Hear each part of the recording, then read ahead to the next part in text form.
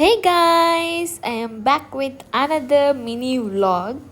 ఇది వచ్చేసి మహాశివరాత్రి రోజు ఏం తినకుండా ఉండి జాగారం చేసి దాని నెక్స్ట్ డే మనం తింటాం కదా, ఆ మీల్ గురించి అనమాట.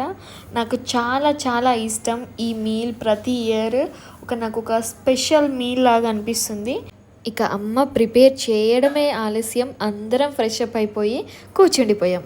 ఇట్లా నాకు అరిటాకులో తినడం చాలా ఇష్టం. అది మహాశివరాత్రి రోజు కంపల్సరీగా నాకు కావాలి అని పట్టుబడి మరీ తెప్పించుకున్నాను.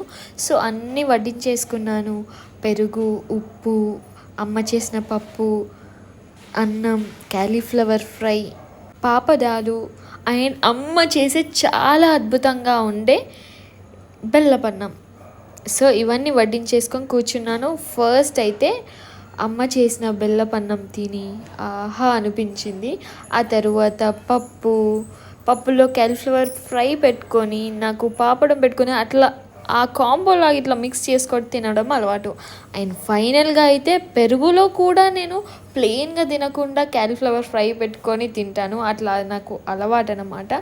సో మీరు ఎలా జరుపుకున్నారు మహాశివరాత్రి? అందరికీ బాగా జరిగింది అని అనుకుంటున్నాను.